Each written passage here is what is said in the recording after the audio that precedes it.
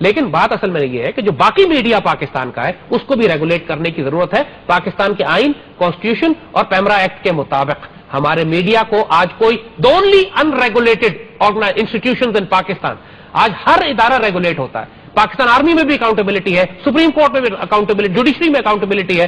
اگر اکاؤنٹیبلٹی نہیں ہے تو میڈیا کی نہیں ہے. تو یہ فورتھ جنریشن وار تقریباً 50% میڈیا کے ذریعے لڑی جاتی ہے. انفارمیشن, پروپیگنڈا, ڈس انفارمیشن, سائی آپس, سارا کام ہی میڈیا کا ہے. اگلا سپہ سالار اگر پاکستانی میڈیا کو ریگولیٹ نہیں کرے گا قانون کے مطابق, میں یہ نہیں کہہ رہا مارشل لا لگا دے چینل بند کر دے, قانون کے مطابق پیمرا کے مطابق ریگولیٹ نہیں کرے گا, جیسے ہم نے بات کی, ہم جنگ ہار جائیں گے. یہ فورتھ جنریشن وار ہے. This has to be understood. پوری قوم کو بتانا پڑے گا کہ ہم کنوینشنل جنگ نہیں لڑ رہے, ہم ایٹمی جنگ نہیں لڑ رہے, ہم پروپیگنڈے کی جنگ لڑ رہے ہیں, ہم فورتھ جنریشن جنگ لڑ رہے ہیں, ہم اربن ڈی سینٹرلائز اسیمیٹرک جنگ لڑ رہے ہیں جو شہروں میں لڑی جا رہی ہے. اور جب آپ پاک فوج کو ڈپلوائے کرتے ہیں تو پھر آپ کو سمجھنا پڑے گا کہ جوڈیشل سسٹم بھی وہاں سول جوڈیشل سسٹم اپلائی نہیں ہو سکتا. آرمی آپریشن کر رہی ہے, آرمی دہشت گردوں سے لڑ رہی ہے, آرمی پکڑ کر لا رہی ہے, پھر اس کے بعد چیف جسٹس یا ہائی کورٹ کا چیف جسٹس یا کوئی جج کہتا ہے کہ ان سارے دہشت گردوں کو میرے حوالے کر دو کیونکہ میں ان کو 1860 کے قانون کے مطابق فیصلہ کروں گا. ایسا نہیں ہو سکتا. اٹ کی ناٹ ہیپن. یہ ہوتا رہا جنرل کیانی کے دور میں. اگلے سپہ سالار کو یہ روکنا پڑے گا, اس کو یہ آیات و عدالتوں سے کہنا پڑے گا کہ تم فیصلے سناؤ.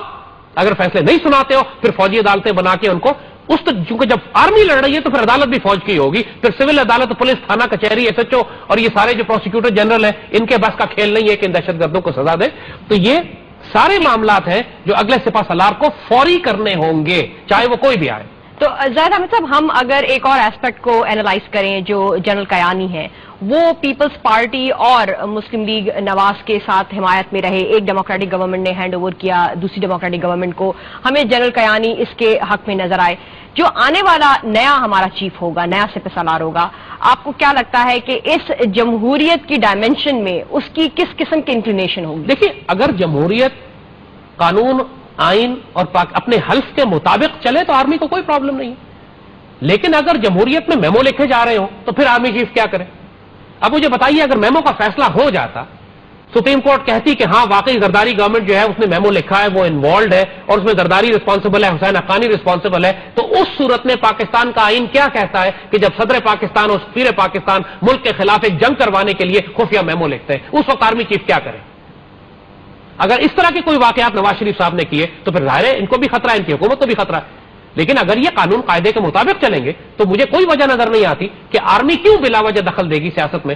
کیوں آرمی کو کوئی شوق نہیں ہے سیاست میں دخل دینے کا. یہ بالکل پاگل نہیں ہے وہ لوگ. ان کا already they have got war at hand. ان کو جنگیں لڑنی ہے, مشرق سے خطرہ ہے, مغرب سے خطرہ ہے, امریکنس کو نکالنا ہے, شہداء آ رہے ہیں, کیجولٹیز ہو رہی ہیں, ملک کے اندر ایک حالت ہے, جنگ پھیلی ہوئی ہے, جگہ جگہ آگ لگی ہوئی ہے. فوج کو کیا پڑی ہے کہ سیاست میں دخل دے؟ اگر سیاستدان ٹھیک کام کرے تب. ٹھیک, تو ہمیں جنرل کیانی جو ہے ہمیں سوات میں, مالاکنڈ میں, جنوبی وزیرستان میں آپریشن ہوتے ہوئے نظر آئے ان کے دور میں. اب جو آنے والا نیا سپہ سالار ہوگا اس کو آپ کیا مشورہ دیں گے؟ جو طالبان, تحریک طالبان پاکستان کی سچویشن نظر آ رہی ہے, ہمیں مذاکرات کی بات ہوتی ہوئی نظر آ رہی ہے, آپ کیا مشورہ دیں گے کہ مذاکرات کو کس حد تک بڑھانا چاہیے؟ اور پھر جو ملٹری آپریشن ہے وزیرستان, جنوبی وزیرستان کو لے لیں, اس میں کیا ملٹری آپریشن کے آپشن کو رکھنا چاہیے؟ اوپن مذاکرات کی بات کس حد تک لے کے جانا چاہیے؟ میں نے عرض کیا نا کہ سب سے پہلے جو نیشنل سیکورٹی کا معاملہ ہے یہ سویلین حکومت کے لوگ تو نہیں سمجھتے. یہ آپ کو نیشنل, جب آپ نے عدلیہ کے بارے میں کوئی فیصلہ کرنا ہے تو آپ عدالتوں سے پوچھیں گے نا, چیف جسٹس سے پوچھیں گے. جب ملک کے دفاع کا معاملہ ہے تو آپ سپہ سالار سے پوچھیں, army navy chief, air chief کو, چیئرمین جوائنٹ چیف کو بٹھا کے پوچھیں کہ ہم نے کیا کرنا ہے, کیونکہ جن کا کام ہے یہ. ٹھیک, تو مجھے یقین ہے اس بات کا کہ اگلے سپہ سالار کو فوری طور پر جو مشورہ دینا چاہیے حکومت وقت کو, وہ یہ دینا چاہیے کہ افغان پالیسی ڈیسائیڈ کریں. پہلے یہ فیصلہ کریں کہ افغانستان میں امریکیوں کو رکھنا ہے یا امریکیوں کو نکالنا ہے. اس کے بغیر کچھ بھی نہیں ہو سکتا, کیونکہ اگر آپ نے امریکیوں کو رکھنا تو اس کا مطلب ہے نیٹو کی سپلائیز بھی کھلی رہیں گی, وہ اوپر سے آپ کے جاتے بھی رہیں گے. ان سپلائیز میں آج سپریم کورٹ بات کر رہی ہے 19,000 کنٹینر نیٹو کے جو آئے تھے وہ کدھر چلے گئے؟ تو وہ کنٹینرز آتے رہیں گے, وہ کنٹینرز گم ہوتے رہیں گے پاکستان میں, اسلحہ تقسیم ہوتا رہے گا پاکستان میں. آج کیوں کراچی بدمنی کیس میں آپ نیٹو کے کنٹینرز کی بات کر رہے ہیں؟ کیونکہ آپ جب تک سپلائی کھول کے رکھیں گے یہ کیسز ہوتے رہیں گے. اور بات یہی آپ کو فیصلہ کرنا ہے کہ پاکستان کی سلامتی ضروری ہے یا امریکہ کی سلامتی ضروری ہے افغانستان میں.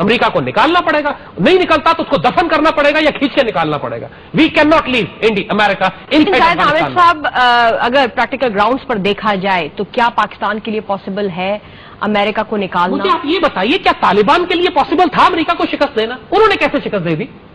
امریکہ میں رہتا گیا ہے, مجھے بتائیے. وہ تو تنخواہیں نہیں دے سکتے. ابھی 2 مہینے پہلے ان کی حکومت کے 10 لاکھ بندے بغیر تنخواہ کے گھر بیٹھے ہوئے تھے. لیکن سید احمد صاحب, سوال تو پھر یہی پیدا ہوتا ہے کہ پھر ہماری حکومت جب اپنے ملک سے نہیں نکال پائی تحریک طالبان پاکستان جیسے طالبانوں کو, تو وہ افغانستان میں موجود امریکی فوج کو, جہاں آرمی پاکستان میں موجود طالبانوں کو کیسے ہینڈل کر پائی؟ جہاں آپ نے آرمی کو فری ہینڈ دیا ہے وہاں سے ہم نے طالبان کو نکال دیا. پرابلم اس وقت ہوتی ہے کہ جب آپ آرمی کو کام نہیں کرنے دیتے. آرمی کو آپ نے سوات میں فری ہینڈ دیا. پرائم منسٹر جیلانی تھے اس وقت, انہوں نے آ کے کہا کہ ہم نے آج آرمی کو سوات میں بلا لیا, سوات میں مارشل لا لگا دیا گیا. 2 مہینے کے اندر طالبان کا پتہ ہی نہیں لگا وہ گئے کدھر. آج پوری دنیا کی ملٹری اکیڈمیز میں پاکستان آرمی کا آپریشن پڑھایا جاتا ہے کہ anti terrorist, anti counter insurgent operation کیسے کیا جاتا ہے. اور جنرل ہارون اسلم, جن کا آپ نے نام لیا آپ نے سینیورٹی لسٹ میں سب سے اوپر ہے, وہ ان کمانڈوز میں شامل تھے جو پہلا گروپ لینڈ کیا تھا جا کے پیوچار ویلی میں. اس میں general Haroon Aslam major general خود کمانڈ کرتے ہوئے پہنچے تھے اور لیڈ کیا تھا انہوں نے. تو بات یہ ہے کہ آپ آرمی کو فری ہینڈ تو دیں نا. فری ہینڈ کب دیا آپ نے؟ جب آرمی کام کرتی ہے, اس جب سپریم کورٹ سے نوٹس آ جاتا ہے, ہائی کورٹ سے نوٹس آ جاتا ہے, مسنگ پرسنز ہو جاتے ہیں, آرمی کو آپ رگڑا دینا شروع کر دیتے ہیں. آرمی کے بندوں کو بلا کے آپ تھریٹ کرتے ہیں کہ ہم تمہیں جیل میں ڈال دیں گے. وردی پہنی ہوئی army officer, DG MI army آئی آرمی چیف پہ پرچے کٹے ہوئے, کام کہاں کرنے دے رہے ہیں آرمی کو؟ آپ کام کرنے دیں تو پھر سوال کریں نا. جی زید احمد صاحب, ہم یہیں سے اپنی گفتگو کو کنٹینیو کریں گے. ناظرین, stay with us, we'll be right back after a short break. Welcome back. ناظرین, ہم بات کر رہے ہیں کہ اس وقت جو حکومت کے پاس پاک فوج کی 2 میجر اپوائنٹمنٹس کے لیے صرف چند ہفتوں کا وقت رہ گیا ہے, اس پہ ہمارے سامنے وہ اپوائنٹمنٹس کب سامنے آئیں گی اور کس طرح کی اپوائنٹمنٹس ہوں گی, کن بنیادوں پر وہ اپوائنٹمنٹس کی جائیں گی, کیا لائلٹی گراؤنڈز پر ہوں گی وہ اپوائنٹمنٹس, کیا سینیورٹی گراؤنڈز پر ہوں گی, کیا فیوریٹزم پر ہوں گی, ہم یہی سب کچھ معلوم کرنا چاہ رہے ہیں. اور پھر جو نئے سپہ سالار ہمارے سامنے نظر آئیں گے ان کو کس قسم کے چیلنجز کا سامنا ہوگا. ہمارے سامنے 2014 میں نیٹو ایویکویشن بھی سامنے کھڑی ہے. اس چیلنج کو کیا کمپیٹیبلٹی سے ہینڈل کرنے والا ہمیں سپہ سالار نظر آئے گا اپوائنٹ ہوتا ہوا؟ زاہد احمد صاحب, ہمیں یہ بتائیے گا کہ جو چیلنجز اب اگر ہم دیکھیں آنے والے نئے چیف آف آرمی اسٹاف کے سامنے موجود ہوں گے, ان میں 2014 میں جو نیٹو الائز کی ایویکویشن ہے افغانستان سے, وہ ایک بڑا میجر جو ہے وہاں پہ فیکٹر ان کے سامنے ہوگا. تو کیا جنرل کیانی کا جو ایکسپیرینس رہا ہے وہ پچھلے 6 سال سے ہینڈل کرتے آئے ہیں, ان کو کسی قسم کے تھنک ٹینک میں شامل ہو جانا چاہیے اور کسی قسم کی کوئی ایڈیشنل ہیلپ جو ہے وہ آفر کرنی چاہیے اس نئے سپہ سالار کو؟ دیکھیے, جنرل کیانی کا بہت ایکسپیرینس ہے, اس میں کوئی شبہ نہیں ہے کہ جو کچھ اس خطے میں ہوتا رہا ہے, he has been very directly involved. ISI کی چیف بھی رہے, پھر 6 سال آرمی چیف بھی رہے. تو کیا اس ایکسپیرینس کو کسی طرح سے یوٹیلائز نہیں کرنا چاہیے؟ بات یہ ہے جو ہم عرض کر رہے ہیں نا کہ جنرل کیانی نے جو پالیسی اختیار کر کے رکھی پچھلے 6 سال, اور وہ پالیسی جو تھی کہ سیاست میں دخل نہیں دینا, جوڈیشری میں دخل نہیں دینا, میڈیا میں دخل نہیں دینا, ان کو کرنے دینا جو وہ کر رہے ہیں, اور فوج سے پروفیشنل میٹرز پہ کام کرے, وہ واضح نظر آ رہا ہے کہ اس پالیسی کے نتیجے میں آج پاکستان تباہی کے دہانے پر پہنچ گیا ہے. وہ قانونی طور پر کانسٹیٹیوشنلی درست ہے, ہی واز ناٹ رانگ. وہ جو انہوں نے حلف لیا تھا, جو انہوں نے کانسٹیٹیوشن کے مطابق, اس کے مطابق بالکل ٹھیک کام کیا. مگر ہم ایک ایسی گندی جنگ میں ہیں کہ جو جنگ اس ظاہری قانون کے مطابق نہیں لڑی جا سکتی. ان کی تمام تر سنسیئرٹی کے باوجود آج جو پاکستان ہے, جب انہوں نے چارج لیا تھا اور آج کا جو پاکستان ہے, ہم آج تباہی کے زیادہ نزدیک کھڑے ہیں. تو ہمیں نظر آ گیا کہ اس مادر پدر آزاد جمہوریت کو اس طرح کھلا چھوڑ دینا پاکستان کا بیڑا غرق کروائے گا. اور فوج نے دنیا کو دکھا دیا کہ ہم الگ رہتے, ہم نے سیاست میں نہیں دخل دیا. اب جو کچھ ہوا ہے یہ سیاستدانوں نے کیا ہے, فوج نے نہیں کیا, اور یہ بات تو جنرل کیانی نے ثابت کر دی. تو ان کی سنسیئرٹی کو میں ڈاؤٹ نہیں کرتا, لیکن ان کی اسٹریٹجی پہ اعتراض ضرور کر رہا ہوں. وہ اس وقت بھی کئی سال سے میں یہ بات کہہ رہا ہوں کہ شیر اگر پنجہ نہ مارے تو دھاڑے تو صحیح. He should have been louder, he should have been more vocal. اور ان کو وارن کرنا چاہیے تھا کھل کے کہ سیاست ہمارا بیڑا غرق کر رہی ہے, جوڈیشری بیڑا غرق کر رہی ہے, میڈیا بیڑا غرق کر رہا ہے. اور میڈیا میں جو دہشت گرد کرپٹ لوگ پکڑے گئے تھے ان کو کم از کم عدالتوں کے سامنے لا کے عدالت کو مجبور کرتے کہ ان کو سزائیں دیں. اب وہ سارے کام اگلے سپہ سالار کو کرنے ہوں گے لازمی, ورنہ ریاست ختم ہو جائے گی, ورنہ we lose the war, will not exist. اگر میڈیا کو آپ نے اسی طرح کھلا چھوڑ دیا, اگر اسی طرح دہشت گردوں کو سزائیں نہ ملتی رہی جو پچھلے 10 سال میں نہیں مل رہی ہیں,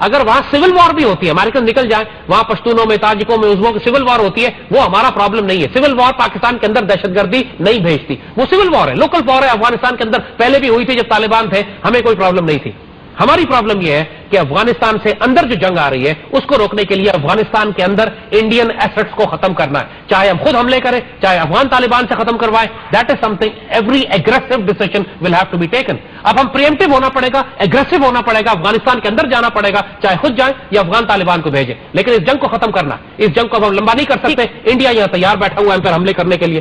ٹھیک. زید احمد صاحب، ایک اور ایسپیکٹ جو ہے آپ سے معلوم کرنا چاہوں گی کہ کہا یہ جاتا ہے کہ جو چیئرمین JCSC کی پوسٹ ہے وہ صرف بڑی فوج کو ایڈجسٹ کرنے کے لیے بنائی گئی ہے. اگر دیکھا جائے تو جنرل ضیاء کے بعد زیادہ تر جو اپوائنٹمنٹس ہوئی ہیں اس پوسٹ پر وہ بڑی فوج سے ہی ہوئی ہیں. تو اس میں کس حد تک حقیقت آپ کو نظر آتی ہے؟ نہیں، ناٹ ٹرو، بیکاز وہاں پہ نیول بھی بہت رہے، وہاں پہ ایئر فورس والے بھی رہے. آرمی زیادہ تر آرمی کے پاس آیا کیونکہ army is a huge organisation itself. اور آرمی چونکہ مشرف کی حکومت رہی ہے پچھلے 11-12 سال، تو ظاہر ہے ان کی ذرا جو سمپتھیز تھی وہ بھی آرمی کی طرف زیادہ تھی. دے فیل مور کمفرٹیبل. لیکن وہ ایک امپورٹنٹ پوسٹ ہے، اس کا کام اسٹریٹجک پلانز، ڈویژنز، ہمارے نیوکلیر پروگرام، ہمارے سارے مسل پروگرام، وہ سب کچھ اس کے پاس ہوتا ہے. باہر کے ملکوں اور فوجوں کے ساتھ فورن ملٹری کوآپریشن وہ اس کے پاس ہوتا ہے.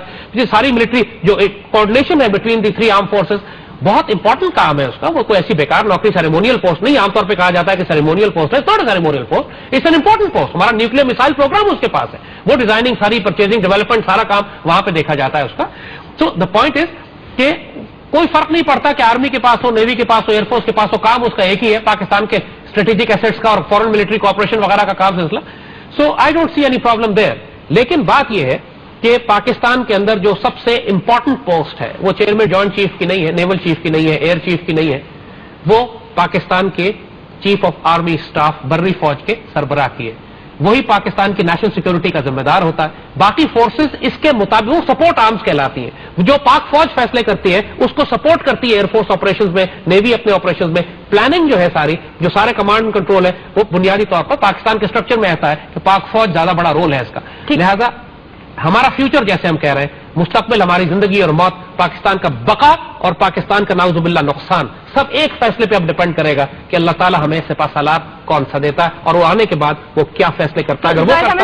پھر اگر ہم جو یہ اس وقت کرنٹ سینیریو دیکھ رہے ہیں کہ ایک ڈیموکریٹک گورنمنٹ نے ہینڈ اوور کیا ہے دوسری ڈیموکریٹک گورنمنٹ کو، تو ان حالات کو دیکھتے ہوئے کیا ہم یہ سمجھے کہ جو 111 بریگیڈ ہے اس کا خاتمہ ہو گیا ہے، جو کو ہونے کی ایک کانسیپٹ تھا وہ ایلیمینیٹ کر دیا گیا ہے؟ دیکھیے، میں نے آپ کو کیا یہ کہا جا سکتا ہے؟ میں نے آپ کو عرض کیا نا کہ اگر پولیٹیکل گورنمنٹ بہیو کرتی ہے اپنے قانونی دائرے میں رہتے ہوئے اور اس طرح کام کرتی ہے جیسے کرنا چاہیے، پھر واقعی ان کو کوئی پرابلم نہیں ہونی چاہیے 111 بریگیڈ سے یا 10 کور سے یا کسی اور مسئلے سے. لیکن اگر نواز شریف اس طرح کی حرکتیں کریں جیسے اس نے پہلے کی تھی کہ جنرل ضیاء الدین کو جو DGI تھے وہیں پہ 7 والے بریگیڈیئر سے رینک اتار کے ان کو لگا کے ان کو آرمی چیف بنا دیا اور فوج میں بیک وقت 2 سپہ سالار پیدا کر دیے، اس طرح کی کوئی حرکت انہوں نے کی تو پھر 111 بریگیڈ کیا، پھر تو ساری کورز ان کے خلاف ہوں گی. سو دا پوائنٹ از کہ he has to behave, he has to learn. Nawaz Sharif کو ماضی کا جو بیگیج ہے اس کو بھولنا پڑے گا. یہ نئی فوج ہے، نیا انوائرمنٹ ہے، نئی دور ہے. فوج نے ثابت کر دیا ہے کہ ہم سیاست سے دور رہ کے بھی کام کر سکتے ہیں. نواز شریف کو فوج کو رسپیکٹ دینی پڑے گی. جو فوج کو بے عزت کیا گیا پچھلے 6 سال میں میڈیا کی طرف سے، جوڈیشری کی طرف سے، سیاستدانوں کی طرف سے، وہ بے عزتی فوج کی حکومت وقت کو ذمہ داری لے کے، پرائم منسٹر ریسپانسبل ہے، اس کا کام ہے ٹو میک شور کہ فوج کو بے عزت نہ کیا جائے میڈیا میں اور جوڈیشری میں. اگر وہ یہ کام کرتے ہیں تو پھر ان کو کوئی پرابلم نہیں ہے فوج سے. لیکن اگر یہ کام نہیں کریں گے تو ان کی اپنی حماقتیں ان کو مروائیں گی، فوج نہیں مروائے گی. یاد رکھیے گا، اگر لوگ سڑکوں پہ نکلتے ہیں مہنگائی کی وجہ سے تو فوج کی وجہ سے نہیں نکلیں گے.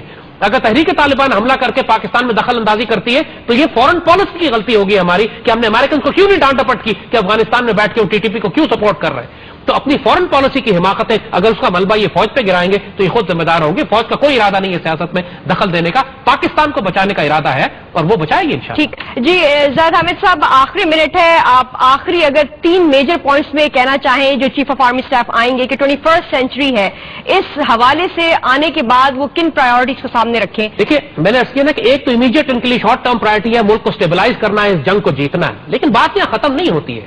یہ 21ویں صدی میں ہم داخل ہو گئے. پاکستان کو انہوں نے اس پورے خطے کی ایک عظیم ترین طاقت میں بھی تبدیل کرنا ہے. ڈیفنس الائنس کرنے، لازم بات ہے کہ پاکستان کا اس وقت آج دنیا میں کسی ملک کے ساتھ کوئی ڈیفنس الائنس نہیں ہے. ایران ہے, ٹرکی ہے, چائنا ہے. باقاعدہ ہم کو ڈکلیئر ڈیفنس الائنس کرنے پڑیں گے. کسی ایک ملک پہ حملہ ہوا تو وہ دوسرے ملک پہ حملہ تصور کیا جائے گا. ایک کلیکٹو سیکورٹی بلاک بنانا پڑے گا. پاکستان کو پورے خطے میں ایک میجر پلیئر بنانا پڑے گا جس کی ہاں اور نہ میں دنیا کے فیصلے ہو. یہ وہ نیشنل سیکورٹی ڈاکٹرن ہے 21ویں صدی کی کہ جو اگلے آرمی چیف کو, چیئرمین جوائنٹ چیف کو بلڈ کر کے بنا کے ڈپلوائے کرنی ہے. آپ کے پاس 20 سال نہیں ہے پلاننگ کرنے کے. اب دنیا اتنا تیز موو کر رہی ہے, پوری دنیا مڈل ایسٹ ری شیپ ہو رہی ہے, نقشے تبدیل ہو رہے ہیں. اس ساری جنگ کو سامنے رکھتے ہوئے پاکستان کے نقشے تبدیل کرنے کی جو کوشش ہو رہی ہے, اس کو ریورس کرتے ہوئے پاکستان کو اتنی بڑی طاقت بنانا ہے کہ خطے میں پاکستان کی ہاں اور نہ میں دنیا کے فیصلے ہوں. یہ سب ذمہ داری مجھے نواز شریف سے کوئی توقع نہیں ہے, اگلے سپہ سالار سے ہے کہ وہ ان کو ایڈوائز کرے گا کہ کس طرح کرنا ہے. اگر یہ سن لے تو ان کی خیر ہے, ورنہ پاکستان کی خیر تو ہے ہی انشاءاللہ. یہ اپنے نصیب کی فکر کریں. جی بہت بہت شکریہ زاہد حامد صاحب ہمیں جوائن کرنے کا. ناظرین جیسا کہ آپ نے دیکھا, ہم نے اینالائز کرنے کی کوشش کی کہ جو اب آنے والے وقت میں ہمیں نظر آ رہا ہے, نئے سپہ سالار کی جو اپوائنٹمنٹ آ رہی ہے, جو نئے چیف آف آرمی اسٹاف ہمارے آتے ہوئے نظر آئے ہیں, ان کے سامنے کیا چیلنجز جو ہیں ان کو درپیش ہوں گے. جو اس وقت 21st سینچری کی 4th جنریشن وار کی بات کی جاتی ہے, ڈیفینیٹلی آنے والے نئے چیف آف آرمی اسٹاف کو اس فیکٹر کو, 4th جنریشن وار کو ضرور ایڈریس کرنا چاہیے. اس کے ایلیمنٹس کے لیے ضرور تیار ہو کر آنا چاہیے. ڈیفینیٹلی پاکستان کی جو پاک فوج ہے وہ ہمارے لیے قابل فخر ہے, ہمارے لیے آنریبل ہے, اور اس کے فیصلے اور اس کی عزت ہم سب کو آنر کرنا چاہیے. آج کے لیے اتنا ہی. سی آل ٹمارو نائٹ. انٹل دین اپنا اور اپنے پاکستان کا بہت خیال رکھیے گا. اللہ حافظ اینڈ گڈ نائٹ.